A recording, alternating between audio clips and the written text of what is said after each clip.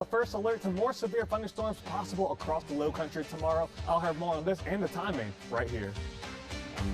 Plus, thousands turn out for a good cause. Coming up tonight, how a local group of volunteers spent the day giving back to their community and the environment.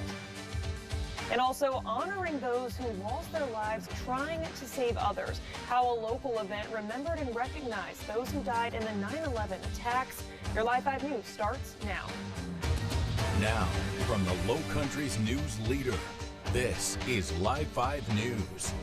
And we're starting tonight with a live look outside over the beautiful Low Country. Mostly sunny skies and mild temperatures today. It was a very fall-like weekend to kick things off for us. But what can we expect to see for our Sunday? First Alert meteorologist Dorian Miner joining us. Dorian, I think you mentioned we may be having some rain for our Sunday tomorrow, though. That's a bummer, though, because this weather so far has been amazing. It really has, Meredith, and we've really been tasting the taste of fall here in the Low Country. We can take a look at our almanac just to give you an idea of what we had earlier today. 84 degrees as our high temperature. The average this time of year about 86 degrees. So not too far off of it, but lately we've been a lot warmer than that. But the cool down really is in good favor here. Now that low temperature as well at 61 degrees. And actually we were looking at reports from Kingstree this morning that had a low temperature of 52 degrees. So really refreshing air there, and actually a little bit on the cool side for what we see this time of year. But our attention is going to be turning to this complex of showers and storms over parts of Alabama and Georgia now. This is making its eastward turn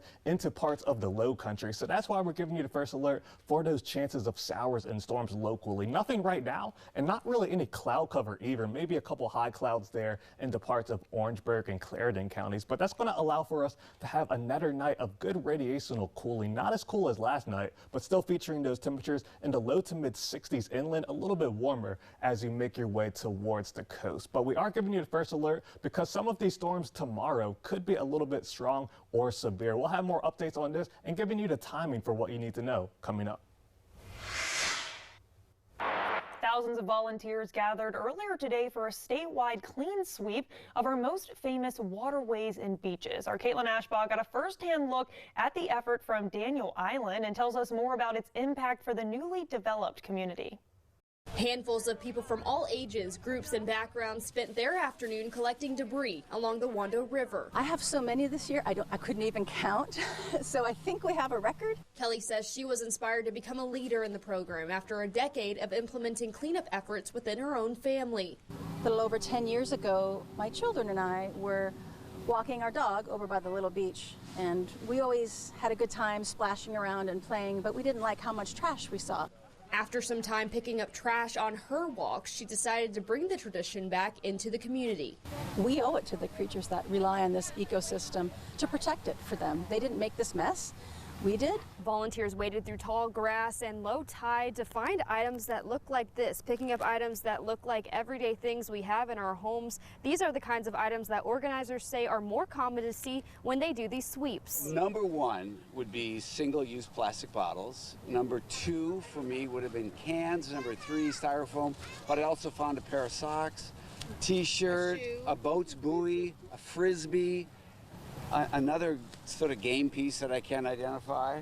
Yeah, cans, bottles, right. You name it, I think we've got it. Several school groups and students at today's event say they wanted the chance to give back to the spaces they love. I come here often, I live around here, and I just really like to see sort of everything like cleaned up and no like animals or anything in danger.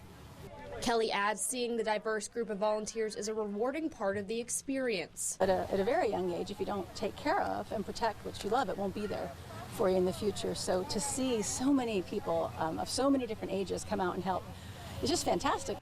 Reporting in Daniel Island, Caitlin Ashbaugh, Live 5 News.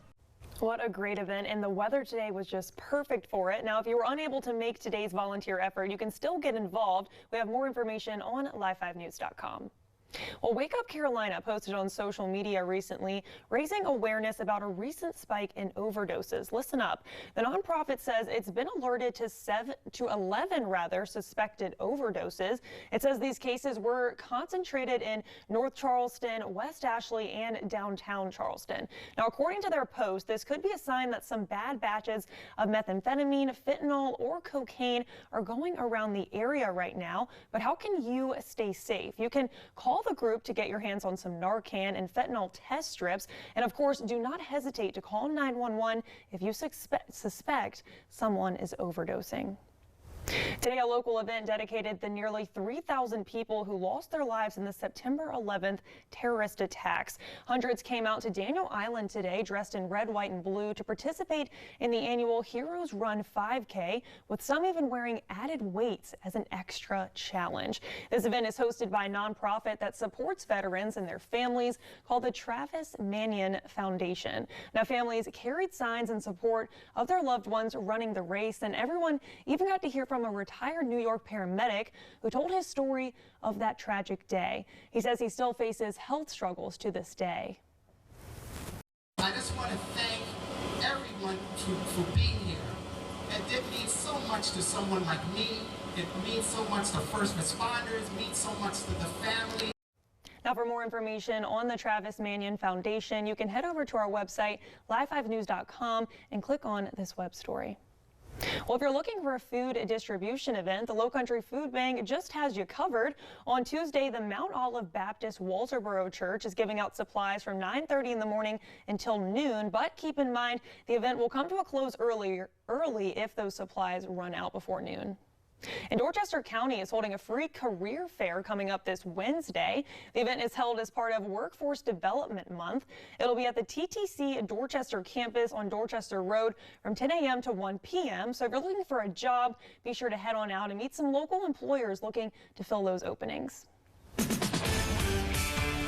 Now, we'll be drying out as we go into the early part of the week, but we do have to get through tomorrow's showers and storms first. I'll have the details after the break.